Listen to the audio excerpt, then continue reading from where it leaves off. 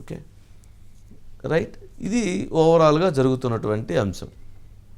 ఇక సరే ఇప్పుడు మీరు అన్నారు కాబట్టి సరే వాళ్ళ కుటుంబ వివాదం విషయంలో ఎవరైతే వైఎస్ వివేకానందరెడ్డి గారు హత్య జరిగినటువంటి పరిణామాలు, తర్వాత సిబిఐ ఇన్వెస్టిగేషను, తర్వాత జరిగిన పరిణామాలు, సునీత సైతం అనేక వ్యాఖ్యలు.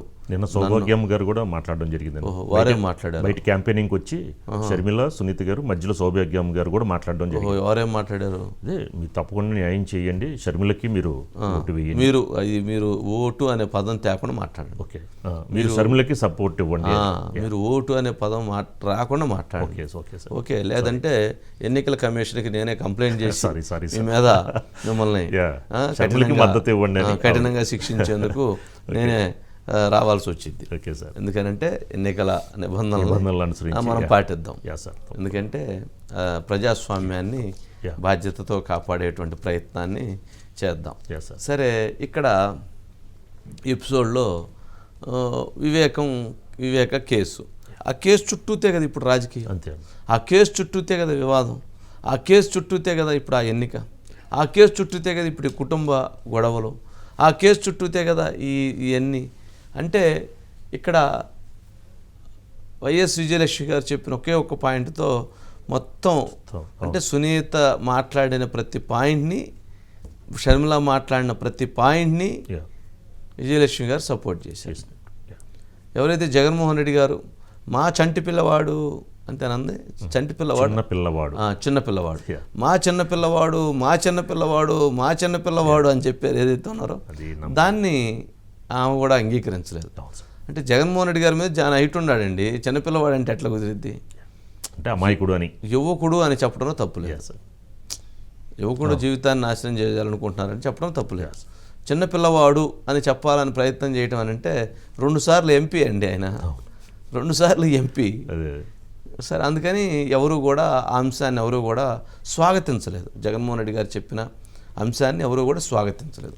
సరే, ఇక మనం ఎటు వెళ్ళాం. ఇప్పుడు జగన్మోహన్ రెడ్డి ఇటు పక్కన తల్లి చెల్లి వ్యతిరేకిస్తున్నప్పుడు జగన్మోహన్ రెడ్డికి సపోర్ట్ ఎవరండి? భార్య తరపున బంధువులేనా, మరి ఎవరు లేరంటారా? అంటే అక్కడ అందరితో ఆగలేదు కదా, నిన్న సునీత ఏమన్నది, భారతి గారు మీరు చంపితే షర్మిలను నన్ను మీరు చంపుతారు, మీరు సింగిల్ మ్యాన్ లీడర్షిప్ చేయాలనుకుంటున్నారు, మీరు చంపుతారని తెలిసి నా ఆస్తులు కూడా నా పిల్లలు మీరు రాసి పెట్టానని కూడా మాట్లాడారు. ఎంత పెద్ద విషయం అండి, ఎంత స్ట్రాంగ్ కామెంట్ అండి అది. రాసి పెట్టానని చెప్పాను అంటే దాన్ని బట్టి మనం ఏం అర్థం చేసుకోవాలండి వాళ్ళ ఉద్దేశాన్ని. అంటే అంతటి కుటుంబ కలహాలు నడుస్తున్నాయి. ఆడవాళ్ళు, వాళ్ళ కుటుంబంలో ఉన్నటువంటి ఆడవాళ్ళు రోడ్డు మీదకి వచ్చి మీ ఇంట్లో సొంత వదినల మీద, సొంత కుటుంబ సభ్యుల మీద హత్యల గురించి, గొడ్డళ్ళ గురించి, మర్డర్ల గురించి మాట్లాడుకుంటున్నారు. ఈ మనం ఊహించినటువంటి అంశాలు ఇవి. అంటే ఇప్పుడు ఈ బయటకు వచ్చినాయి, ఈ బయటికి రాకుండా ఇంకా ఎన్నో అంశాలు దీని వెనక దాగి ఉన్నాయి. అవన్నీ బయటికి రావాలి అని అంటే అందుకు కొంత సమయం పడుతుంది. కానీ చాలా అంశాలు దీని వెనక దాగి ఉన్నటువంటి పరిస్థితి కనపడుతూ ఉంది.